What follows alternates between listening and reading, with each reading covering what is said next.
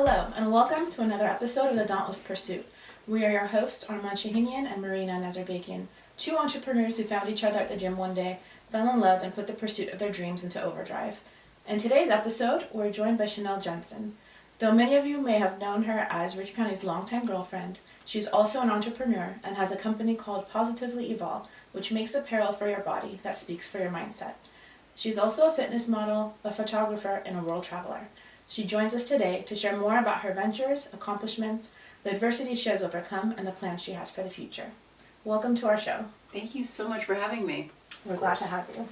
So Chanel, would you like to tell us a little bit about yourself? And there might be people that are not watching the video and listening, so tell them who you are and what have you been doing, like what's your job, what have you accomplished so far?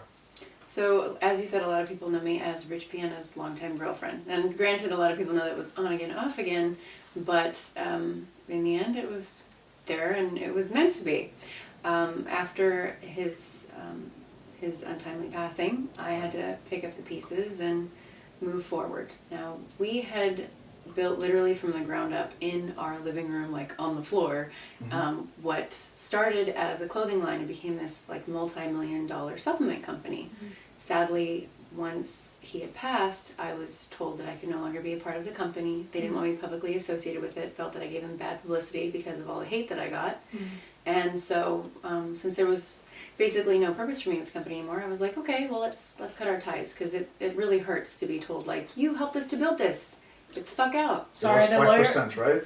That was the name of the company? The lawyer in me has to ask, though, like, you weren't on the paperwork formally then as part of the company, you were just helping him? When we first started the clothing line, I was. When he got a partner for the supplement company, they liquidated our clothing line into the supplement company. When him and I got back together, he was like trying to figure out his his will and everything. Asked me what I wanted. Do you want to be a part of the company? Do you want a cut of money? Do you want some of the cars? And I said, I don't want anything. I have your love. That's all that I want. Because he'd been taken advantage of by other women so much that I was like, look, you and I plan on doing this forever, so what's the point? We don't need to do that because we're going to continue to grow together, and you know, when you retire, we retire together, we figure out something else. It's us. That's what our thing is. And I wanted him to always know, I'm going to be here with you, so it's fine. I don't need you to like make sure. It's okay. So, not exactly the brightest choice that I've made, to be honest with you, like looking back, but at the same time, I wanted him to always know I was there for love, not for money. I understand where you're coming from, but also think about it, like, just for future. When somebody says that, it's also them wanting to make sure that if God forbid something happens to you, they can take care of you got from the that other security side. or like well, yeah, insurance. of course we think No, that now in retrospect, but that's okay. I probably would have gotten even more flack if I had inherited something. I understand. So personally, because I was like, I am still huge fan of Rich Piana, and even today, I'm not trying to make any advertisement, but the time that I'm trying to eat and I can't eat, I just watched that video that is saying, hey, goddammit, you gotta eat. If you want to get big, just eat. Right. You gotta eat big to get big. Exactly, and one of his like famous videos is like that oatmeal video that he has is like, I don't eat it for the taste, it's just because of the purpose. So I'm gonna eat this fish, and I feel like he was pretty open, and he was the most honest person I pretty much like seen and heard.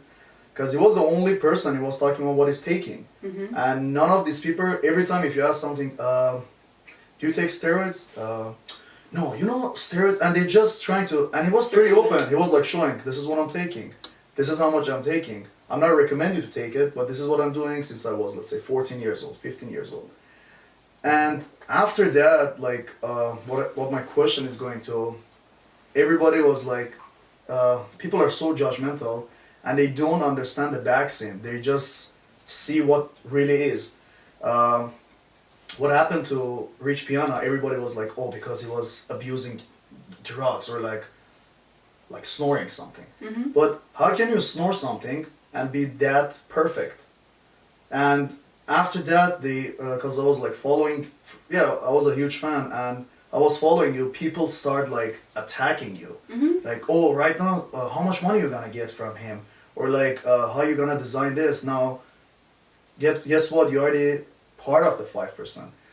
how are you dealing with this? I know it was super hard. So how was your reaction? I know it's really hard. There were so many aspects to what you just said that I want to cover. No, we're just having a conversation. No, absolutely. So, with you saying everybody else they circumvent when people ask, like, do you take gear and all this other shit. Part of it is, like, the legality. Like, I would be afraid of somebody being like, hey, yo, I think that this guy fucking does a shit ton of drugs. Like, go, roll him up. So they probably don't want to get arrested for something that they say that they're doing. Rich, for whatever reason, was very brave and brazen and just like, fuck it, this is me, this is what I'm doing. And I was always like, oh, could you just, like, take it down? That's why people loved him. But it was kind of like, I don't want to, like, guilty by association. Like, I don't do drugs, I don't touch shit, I don't even fucking drink. So that was a little intense for me. The other thing, I think, for other people is endorsements. There's a lot of companies out there that don't want to endorse you if you sit there and you tell the truth and you say, I look amazing and my physique is awesome and I'm Mr. Whatever because I took a bunch of shit. But it's the reality. Anybody who actually looks into it, your body gets to a certain point biologically, and if you want to take it further, you have to do something. And other people also think if you take gear, you automatically look amazing. No, you still it's have to a put in hard a shit work. ton of hard work. The next thing that I want to touch on is you saying, people were saying, oh, well, he was snorting this or that. No bullshit. He was snorting concrete, which is by C4, and it was the lemon lime flavored pre-workout. Don't know why he was like, yep, you know what, I think it hits me harder when I snort it. I remember that. But, there's proof that he did that even when he was with Mutant. I remember when we were in Germany, he did that at the booth with the pre-workout from Mutant. Right. So it's not like he's never done it before. The police were like, oh, it's a foreign substance, we don't know what it is, blah, blah, blah. They never decided to come forward, and after it was tested, be like, well, we found that it was pre-workout. But there is somewhere I found online, TMZ ended up getting that police report. But of course, nobody wants to put that out there and correct themselves and say, well, it wasn't coke, it wasn't fentanyl, it wasn't drugs. Yeah, if it's not drama, it doesn't. Because that's how they make money, pretty much. Like, oh, see, that guy was wrong. That's what happened to him. Fake news and bullshit, and they never retract their bullshit statements. Like all the accusations that were made towards me or other people that were there at the time. There's all kinds of crap that's been put out there. People get me confused with other people he was with, and I get attacked on that end. Some guy the other day was like, "Oh, did you get your green card yet, bitch? You're a fucking whore and a cunt." And I'm like, "What? Gosh. All you did was use Rich and you rode his coattails. Now you have all of his money." And I was like, I have 3 jobs and I'm an American citizen. He was like, well, you still rode his coattails. I'm like, who the fuck do you think helped to build the fucking coattails, buddy? Yeah. Right. Alex Ardente is an amazing photographer and videographer. He helped to get him his start into modeling and acting and all this other stuff. His first ex-wife, Jane, amazing, strong fucking woman. She was right there from the get-go, helping him get the physique that he had by doing all of his meal prep, getting him ready for all the shows that he did, all of the acting gigs that he got. She was the one there helping him buy his first house. People don't know this shit. He didn't build everything on his own. There were other people that helped him get there. There's always a backseat. He was a great showman. So it's yeah, okay, so he was a fucking genius with marketing and everything else, and he was a great voice.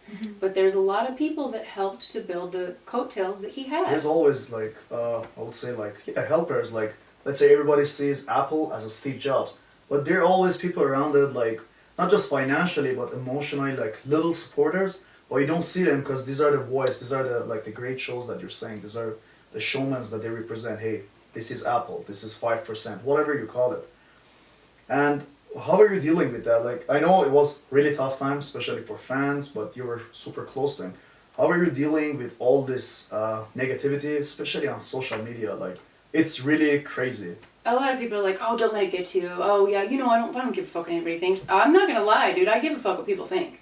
And I think that 99% of the people out there that say, I don't give a fuck, I think they're full of shit. It bothers you to a degree. It does. Because it hurts when you're like, dude, I'm not a fucking asshole. Why do you have to piss in my Cheerios, bro? Right. I'm working my ass off. I'm not out to take advantage of anyone. I'm not out to use anybody's name for attention or accolades or even fucking sympathy at this point. I'm just like, dude, I had a great life with someone I love more than I love myself. And I'm happy to share that with people. I shouldn't be shamed when I go and I visit him or when I encourage other people to visit him. I shouldn't be shamed for missing him and saying I miss him or saying I'm proud of what we built and promoting myself or even talking about a company I'm not even involved with anymore. That's a passion and love, obviously. That's my love for him and what we had together. A lot of the negativity comes from people's personal issues, though. I think people tend to take their personal weaknesses and whatever they don't like about themselves and project it onto other people. Or if they're bitter about a woman in their life or not having had a partner to help them build something, then they just take it out on you because it's easy. What are you going to do? You're technically far away. You're not going to be in their face responding to them. Oh yeah, and it's so So easy you to become an hide behind a easy fake target. profile. It is. Yeah. Yeah, we had different entrepreneurs like coming up over here, and it's really ridiculous. Like when you hear their story, and obviously, like, I mean, you had a business, you still have a business. There is no way you're gonna build up a business in a month, in a day. It takes like consistency, day and night, long night, like early. Like you have to pretty much be like really badass. Get up early, go home like late night. But always like people are like, oh, he's doing something wrong too. But they don't understand the way they're like pretty much like busting their ass to get there. And pretty much you're just investing everything you have. You're taking loans, you're asking people to help you. Because that's first 2 year, you're just like sucking until everything start like pumping up. But it's easy to just like hide behind and say some nonsense stuff. Because they just feel better because they never done it. And it's easy to say, oh, he's using that or she's doing this. That's what everything happens like nowadays. They see successful people, successful couples, and it's pretty much like you're their dream. You're driving that nice car, you're having a nice house, I don't know, like dogs, you're traveling around, and they can't be there because they don't have that mentality, and it's just easy to curse over there. And they think that it's all like, oh, I'm having fun, I'm relaxing. It's like, no, even my mom, she was like, must be nice to travel. And I'm like, yo, lady, I'm not like in Germany, like partying it up and having schnitzel right now, dude. Like, working my ass off. From the minute I get up and I'm putting on doll face, the next minute I gotta like grab a camera and I'm following him around and Just I'm doing my running. vlog and I gotta do his and then I get back and I've gotta like edit everything. And we didn't really get to sightsee very much because it was like get work. exhausted, And you gotta do the gym thing because that's part of the segment too. So people don't really realize even when you're like vlogging and travel vlogging, it's all work. Like it's just you're experiencing everything through your camera lens, which is cool that you can go back and see it later. But sometimes I wish that I had taken more of a minute, even Kind of with more in Rich, your to own just privacy, like yeah, to like in personal really space. soak it up, rather than feel like we have to be on camera all the time. So, how long did it take for you to kind of be able to recover from him passing away, and how did you do it? I still haven't. It's been over 2 years and I still break down. I cried 3 times yesterday. Cried a couple of times earlier this week. I had a full-blown breakdown yesterday on the phone with his ex-wife because she's our best friend. And I was just like, dude, like my life purpose is gone. And that's really how I have felt. So you're still working on Oh, finding absolutely. I feel like he's my life purpose and it's just gone. So now I'm like that's why I'm like, I got like 3 jobs. I'm doing all kinds of things. You're keeping yourself busy. Because I have to keep myself busy because I have to survive. I don't have the luxury of like sitting in a corner and crying somewhere and being like, oh, poor me. It's like, no, girl, like pick your shit up, put your big No girl one else is panties gonna on, do get your it, shit done. So I was just like, okay, so I wanted to create something that was in honor of Rich, so that's why I created Positively Evol, because he always said you can take any negative and turn it into positive. Evil is evil, it's negative, and love is positive. So anytime somebody says something, wear something that says Positively Evol, and they look in the mirror or they take a selfie, it actually says love. Oh, cool. So some shirts say things like evil comes from within, but it's your choice. Whether you're going to spread out love that day or you're going to be an evil piece of shit, that's on you. But other things, it's like my shirt that says fake parts real hard. Because a lot of people are like, oh, fake parts, that's a negative. Yeah, but bitch, I got it real hard. I'm not a fucking asshole. So there's guy shirts, rise above and they'll stay beneath you. Like there's no need to like further bring down other people with you if you got to be negative. Or don't go down with other people that are trying to bring you down. Just rise It's up above to it you and what just you take them want where to they're pick at. up. Yeah. So it's all about trying to be positive even when people are throwing negativity at you, which is hard. Don't get me wrong. I gotta deal with it all the time. Sometimes I lash out at people when they're shitty and I put them on blast and people are like, hey, you know, you shouldn't do that. I'm like, it's not just this one person that's done this today. This is probably like the fucking 40th person who's You started, you wanted. And I'm like, dude, I just want to like periodically vent. Sometimes you gotta let people freaking have it because it's like, dude, holding it in just makes it worse. Right. Yeah, I understand. Go ahead. So you're still in the process of, I guess, coping with the loss and finding your purpose, as you mentioned.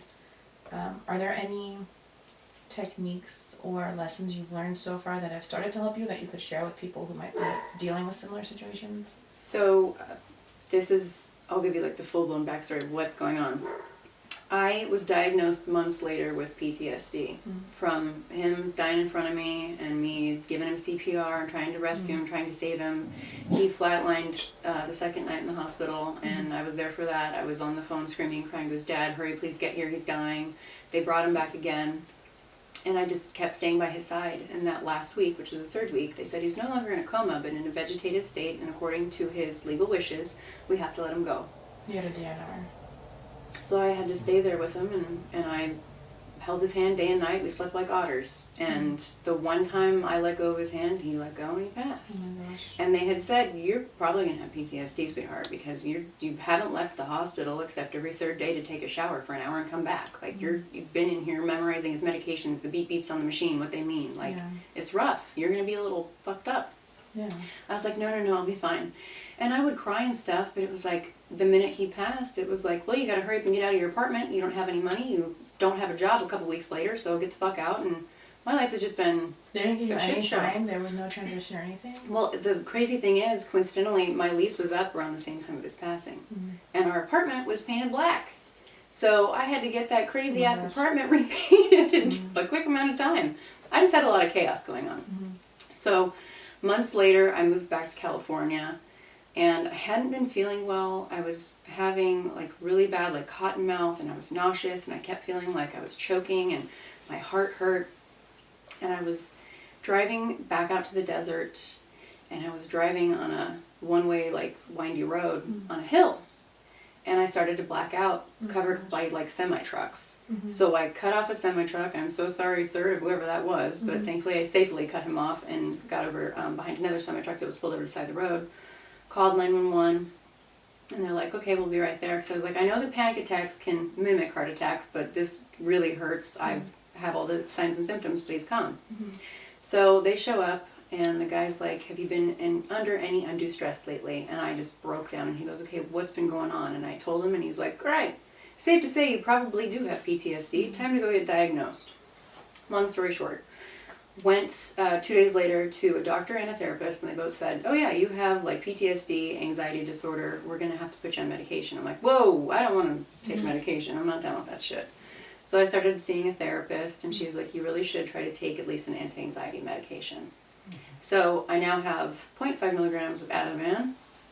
I hardly ever take it, unless I am absolutely like having a really bad attack, I just won't. And I see a therapist regularly and try to get that combated and taken care of. But I'm having an anxiety attack right now while I'm talking to you, which is why I'm talking like a speed demon. But I'm fine. I'm learning to cope with it and combat. So I know it's kind of a long story, but I'm sharing because I know somebody else out there is like, well, how do I combat that? So things that I do that help me so that I don't rely on medication is I listen to The Doors, The Beach Boys, The Beatles, David Bowie. Things that make me happy, things that make me calm. And I do sometimes use a topical that's heavy in CBD and low in THC. Because I've tried straight CBD, it doesn't help. But I rub just a little behind my ear, and it's a pressure point, so it helps with my nausea, my freaking dry heaving or vomiting, the choking feeling, and my heart hurting. So I didn't take any medication before I got here, so I'm like having severe cotton mouth, and I'm slightly nauseous, but I'm fine. You need a break or anything like that. No, it's totally fine. But that's the other thing, you have to kind of like remember, like, which is where I'm like, I have to remind myself, I have control over this. So that's the other thing that I would suggest people is, I know that it's hard, but sometimes you have to sit through it, and you have to realize, I have something to do today. I can't sit here and freak out. I have to realize I have control over it, or I have to maintain a certain level of calm while I'm doing something like this, and just deal with the fact that I'm having one. It's tough sometimes, but you get through it. So, I mean, I hope this question doesn't make you upset, but do you believe like in an afterlife? Like, do you believe in... Oh, absolutely. Okay. I'm a fucking weirdo. I believe that Rich is with me all the time. Sometimes I feel him with me. I mean, that helps me because I lost my mom to cancer like 5 years ago. Oh, I'm so sorry. But I totally feel like she saved me multiple times, like whether in the car or something, all of a sudden, like I'm like, oh my god, you have to stop, or I don't know if that makes sense. Oh yeah. And if I had it, then something would have happened, you know? Absolutely. So, but that, knowing that or believing that, I think also helps deal with those feelings of anxiety and stuff sometimes, because you're not alone. He is there and looking out for you, and he's probably in a position to like take care of you more than he could have if he was here in some ways. Because I kind of feel like, this is me preaching a little bit, I guess, but like, you know, I feel like they're in a place where they have a big view of the world, if that makes sense. Oh yeah, absolutely. And they see all the pieces that we can't see because we're just down here and can see what's in front of us. I don't know. It's just my thing. I don't know if it helps you to think of it that way, but for me that totally helps. I appreciate that. No, absolutely. Like I've gone to 3 psychic mediums because I'm just like, dude, I'm not overly religious, to be honest with you, and neither was Rich. So I'm just like, I've always had weird shit happen. I've had more weird shit happen to me since I was a kid than anybody else I know. So I'm like, okay, I'll just go ahead and run with it and just see somebody who believes more in like spirits and ghosts, and that's fine. And each person I've gone to has said something different that only him or I would know. Mm-hmm. Like a ring that was sent in the mail that he had ordered that came while he was in a coma. A woman described it to a T after he passed away. So I carry it with me at all times, like as a lucky charm, like a talisman. The last person that I went to, I sat in front of him and he said, "You have a purple aura, are you famous?" And I was like, "No. People kind of know me in certain circles, but I wouldn't say I'm famous." Mm-hmm. And he goes, "Well, there's a narcissistic personality around you." And I was like, "Me?" And he's like, "But it's not yours." Mm-hmm. And so he starts talking more and more, and at the end of the thing, he's like, "Do you have any questions about someone living or dead, perhaps?" And I said, "Yeah." He goes, "Do you have a picture of him?" I said, "How's a driver's license?" Because I didn't want to give him like a full body picture, because then he would just go off and, "Oh, okay." Yeah, that's smart. So it was just his face. And he's like, "Oh, this is your narcissist." And I go, "What?" And he goes, "Yeah, he's all about himself. When you sat down, he wanted to talk about himself. That's all that was coming through, was that he wanted to talk about himself." I was like, I could see that. Yeah. But because he had something to say. And he was trying to tell me that it's okay that I'm doing what I'm doing. It's okay to move on. Like, he'll never forget me. He knows I'll never forget him. But I can't keep being sad. Mm-hmm. And so the guy was like, you can definitely tell when you sit down you're sad. Mm-hmm. I was like, okay. But I listen to people, and I'm like, okay, and I take what I want from it, and I try to only take the positive, but sometimes there's some negative shit they say that kind of, breaks your heart. Mm-hmm. And you're like, okay, but kind of take it with a grain of salt, but at the same time it does make me feel better than just going, well, he's dead and this fucking sucks. I like to think that there's a way that I can communicate with him. It's hard. My sister and I went to one after my mom passed, and as soon as they did the connect, I just started bawling. I know you were talking about the recovery, but what was after that? What was your next step? You're like, hey, get up. I need to start like kicking ass. I need to do something for myself. He's not here anymore. Now I have to like take care of myself more. What was your step? Like, what did you do right after that? Because you had to look for a house. Like, I didn't have to look for houses. Okay. His ex-wife let me live with her because she knew I had nowhere else to go. Mm-hmm. She's fucking awesome. Like, if she needed a kidney, I'd give her a fucking kidney because she has saved my life, basically, and I will be eternally grateful to her for that. So you would say she's a big support system for you? Oh, absolutely. She's like a sister to me. Mm-hmm. I love her to pieces. And she was there with us in the hospital when everything happened. And she was with Rich for fucking nearly 20 years. Mm-hmm. So, I mean, they were best friends, and even after they divorced, they were best friends. So, and she's who was helping us with the clothing line and everything else, and she is now the co-owner of 5%. And she has been since before he even married Sarah. Mm-hmm. Wow, So, that's amazing. Yeah. So, and people don't know that. So, she actually owned the company before he was even in the hospital. Mm-hmm. So before he died or whatever, she'd already owned the company. He had sold her that portion before he married Sarah. Mm-hmm. So she let me stay with her for a while I tried to sort out what I was going to figure out and do. And I had the opportunity to come out to California. So I was like, okay, like that puts me closer to Rich because he passed in Florida, but we flew him out here to be laid to rest at Forest Lawn Hollywood Hills. Forest Lawn, yes. So, I was just like, well, that puts me so much closer to him, so I can go visit him and his dad whenever I want, his stepmom, and we spend time together, and we go visit Rich whenever we want. Mm-hmm. And all my friends are out here, my family, and more opportunity for my clothing line or anything else I wanted to do.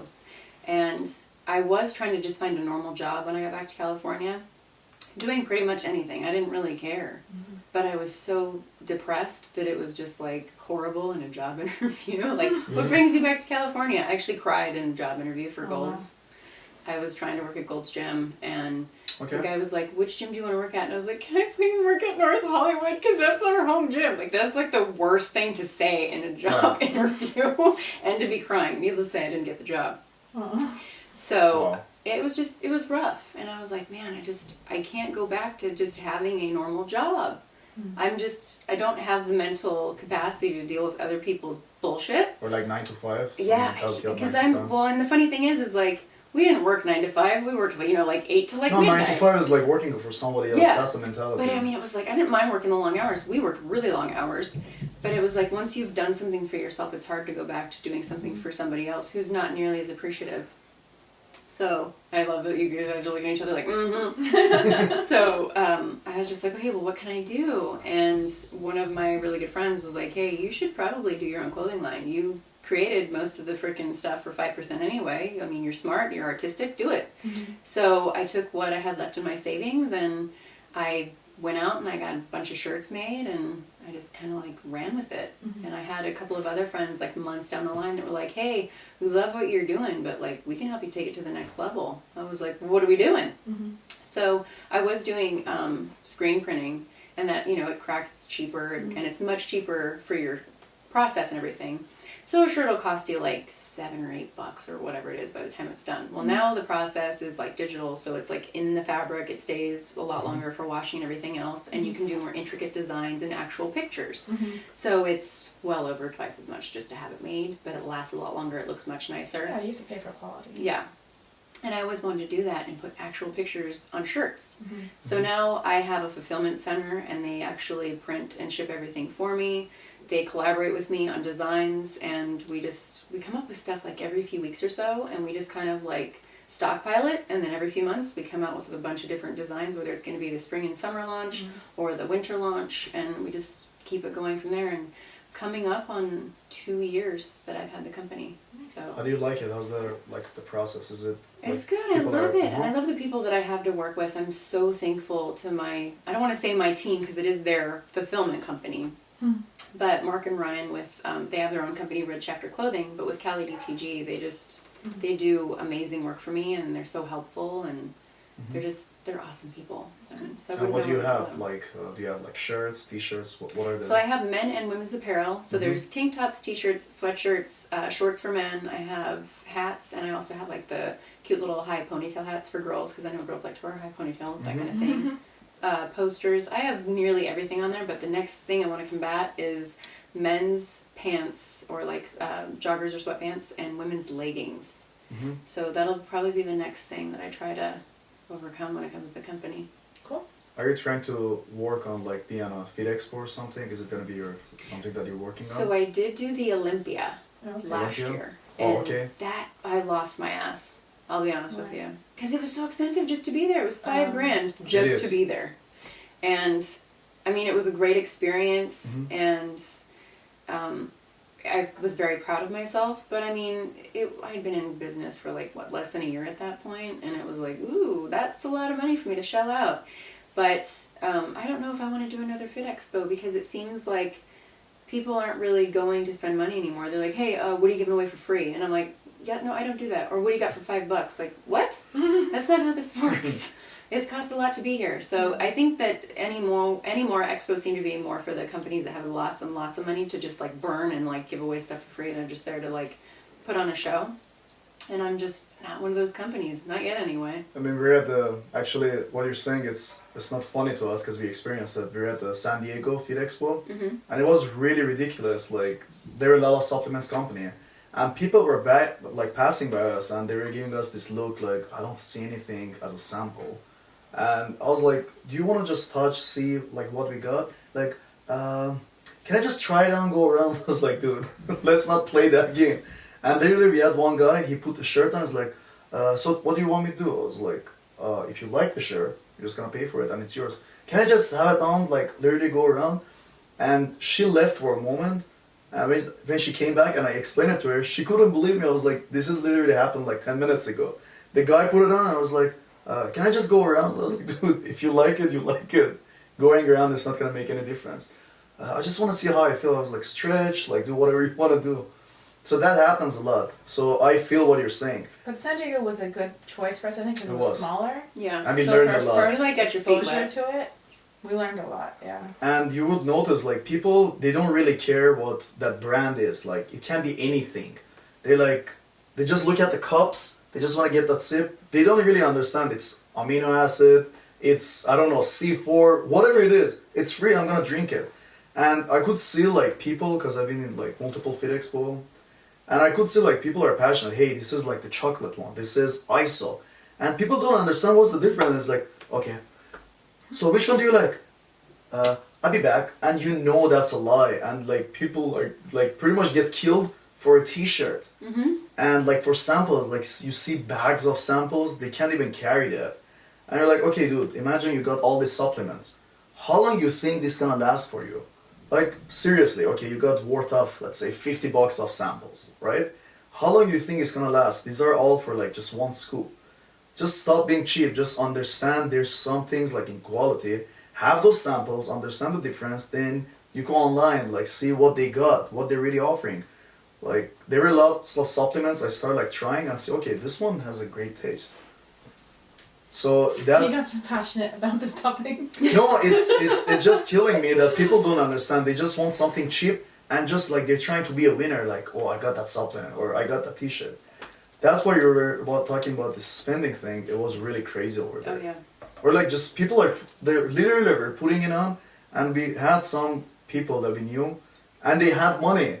They were like, oh, you know, like pretty much my closet is so full, I have no space for it. Otherwise, I would pay it. I was like, okay, I never had this kind of story. Well, because our like for the guys, our clothes are like button-down shirts that are designed for bodybuilders. Oh, nice. So the physique, the cut is tailored to that to fit a full range. We're adding like bigger sizes now. We've got the Jay Cutler size and stuff. Oh, cool. But yeah, so some guys weren't expecting it to fit them, right? And one of them swore he was going to tear it, so we offered him $200. I said, I'm gonna pay you $200. If you tear it up, shirt is mine. You got 200. No way, dude. And his He got wife pissed off was that it recording fit. it. He had like, he was really tall. He was like, I would say 6'5", and it took me some long time to just fit it on because I was shorter than him. But he had like huge biceps, like big shoulders and everything. I just put it on and he was like, dude, this is good. I was like, okay, do you want to buy it?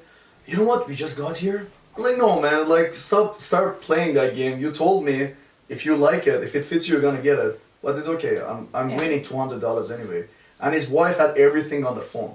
We had multiple of those people. Like I was literally offering them, just put it on. You're gonna like it. Like, no, like I'm too big. I'm not gonna fit in this. Dude, just try it. It's free. You have nothing to lose. Yeah, but ultimately, I think the Fit Expo is just a good place. Kind of, you have to look at it more as like an advertising cost more than Oh yeah, anything. and that's where we like chalked it up. Like, okay, well, cool. I only made back a portion of what I spent, but the rest is basically marketing. Yeah. So, but now I'm like, okay, I really need to be strategic about if I'm going to do another expo, what's it going to be? The Arnold, Ohio is still like one of the best, and people come from all over the world for that. So that would probably be the only other one that I'm really like, I definitely need to do that one. So not that LA one. No, because I feel like that's kind of turning into a swap meet. Or like the Anaheim Fit Expo, like it's turning into like the what do you got for cheap and what do you got for free, and it's just the caliber of I mean, I'm gonna sound like a fucking superficial asshole, but like the caliber of people at the booths, it's not what it used to be. No. Not that I'm like I noticed that too. fucking Cindy Crawford, but you know they don't have like the booth babes like they used to. They don't have like the buff, awesome looking hot dudes like that. I actually met Rich at the LA Fit Expo. I was standing in line to get an autograph for my brother-in-law, Tito Ortiz. I was in this long ass line and there was this huge crowd next to me at the Newton booth, and I'm like looking through the crowd and I'm like, holy fuck, what is that? So I went and I got my little autograph thing, my picture with Tito, and I come back and I like took a picture with him. I was just like, oh my god, I don't know whose boobs are bigger, mine or yours. Like, who says that? That's was how like, you met him? That was the first time you that met was the first time I met him. That's what fell out of my mouth, and he like giggled and he was just like, I don't know, you got me beat. And I was like, oh god, I sound like such a bimbo. That's funny. So we took a picture together and I asked George, who worked for Mutant, hey, what's this guy's name? I'm gonna go look him up. Oh, I totally cyber-stalked his ass, and I fucking messaged him, and I was like, hey, it was great meeting you. Hopefully we see each other again sometime. And he's like, we don't live that far apart. We can see each other whenever we want. What are you doing next week? Took me to lunch. I was like, holy crap. But they don't, I mean, not that I'm going to be like trolling for tail at the freaking Fit Expo anymore. Right. But it's like you just don't see people anymore so much that make you go, wow. I mean, I don't go to all the expos anymore, so there probably are some wow factor people. But I mean, that, and I guess with being with Rich, it's kind of hard to like see a wow after that. But it just doesn't seem like Doesn't have the same color anymore, right? It's just different, or they have more reps working the booths than athletes because they're like, oh, well, it's more cost effective to have the sales rep than have the athlete. The athlete doesn't sell the product, the sales rep does, which is true, but not, because people come to your booth if they see attractive people. And they're like, I want to look like that girl, I want to look like that guy, so I'm going to go to that booth. So it's kind of a hit or miss. So you were at the Germany and you pretty much rocked, like your booth was like blowing up. People like, huge. so what was your experience over there, like just like have that huge booth? Because I know you had a lot of people like working with you guys. I know I forgot their names, to be honest, but I can't like tell what Martin their face. Ford, Jens. Martin Ford, and the guy, he has like a tattoo on his face, like Jens beard. is awesome. He is one of the coolest guy. I love Jens and his girlfriend Frederick to pieces. They are the nicest people you'd ever meet. They're like true like Beauty and the Beast, because she's absolutely gorgeous and he is scary as fuck. The guy is like bad, but he's so nice. He is. But I mean, like they're super cool people. Germans are very interesting, to say the least. I'm convinced that that's where fetish started, because you see some weird shit at FIBO.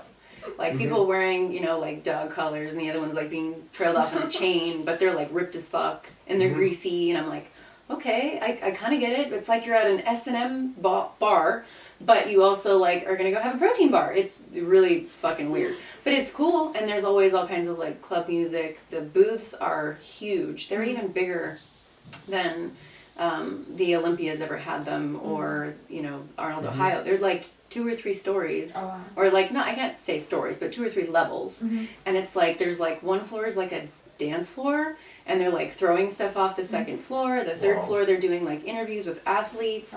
So it's like really crazy, and they do giveaways, they throw stuff out, and there's also like clothing business that are selling stuff. But yeah, it's really insane. In Germany there was always at least like an hour-long line. So I'd like go up and down the line with the other guys. I mean, you know, hand out free stuff, and they're like, oh my god, can I get a picture with you? Yeah, sure, no problem. Like, it was always like so much fun, and people were so welcoming. Body Power in England, people were really, really nice too. So just being able to go around the world and see how many people who he affected in a positive way, it's just amazing. Like how many people are like I would say he's a life changer. That's like a lot of people just start like probably like bodybuilding or just start lifting because the way he was like so passionate, and it was true. It was no filter for him. So learning from all these experiences, what is your like goal? Like, what do you do when you get up? What do you do? And what is your goal? What is the thing that you haven't achieved it yet, and you're looking through like by next year, 2020 is the year that I want to do this.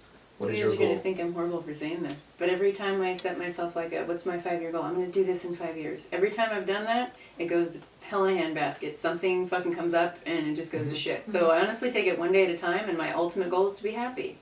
And whatever it is to get me there, I just want to be happy. I was happy once with Rich. I've been in like the lowest of the lows, like in the bog of eternal stench is where I feel like I've been lately. But at the same time, it's like, you know what? I woke up with like air in my lungs, my heart's still beating, my eyes are open, I have to put my feet back on the ground and keep fucking going. So as much as I know that sounds very pessimistic and negative, there's also that turn on it where it's like, girlfriend, you're still here to be miserable. So wake up and turn it around and go do some shit. Make your company, you know, not exactly a Fortune 500 company, but something successful, something you can survive off of, something you can be proud of, something that Rich would be proud of and be proud of you. So sorry to interrupt. No, it's totally fine. The clothing is all about being positivity and love and everything. Is there a certain group of people you want to influence with that message? Or like, you know what I mean? Honestly, it's really anybody who feels like I do. I'll be honest, I'm a pessimistic motherfucker. I have always been negative my entire life. But it's about like, okay, so we just by nature are negative people. We've had people shit on us ever since we were kids. But you have to realize, like, at some point, the levee's got to break, something's got to give, you'll be okay. So you can wake up with your negative-ass mindset, but the minute that your feet hit the ground, you got to start running towards positivity. You have to look towards the light at the end of the tunnel. So that's really, I think, who my brand speaks more to, is people who are like, dude, my life sucks, but I need something to hold on to that's like a beacon of hope. Just anyone who needs positive affirmation. Yeah, it's like somebody that's like, man, my life really sucks, but someday it'll get better. That's pretty much where it comes from. Are you looking to make anything else other than clothes that has like that positive message on it, or should you stick to clothes? For now, I'm going to stick to clothes. A lot of people have asked me about doing supplements, and I'm like, dude, That was Rich's gig, man. Like, I I'm not gonna totally copy get that. it, but and it's not just that. Like, he really did put a lot of time, effort, energy, and thought process into those products, and they still have great ingredients, and they are so much better for you than so many other things out on the market. Is So it I still don't in the like market? Rich. Because like I was actually at one of the stores, and they don't carry it that much. Is there any like? Is it just online right now? The majority of it is online. There are still some stores that carry it, like OC Discount Nutrition, Las Vegas Discount Nutrition. There's like some other mom and pop shops that carry it. I know that some GNCs were carrying some of their products at one point.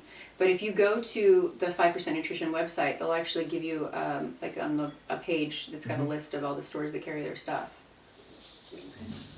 So he was trying to try it out. yes, I was like, and they didn't have whatever I was looking for.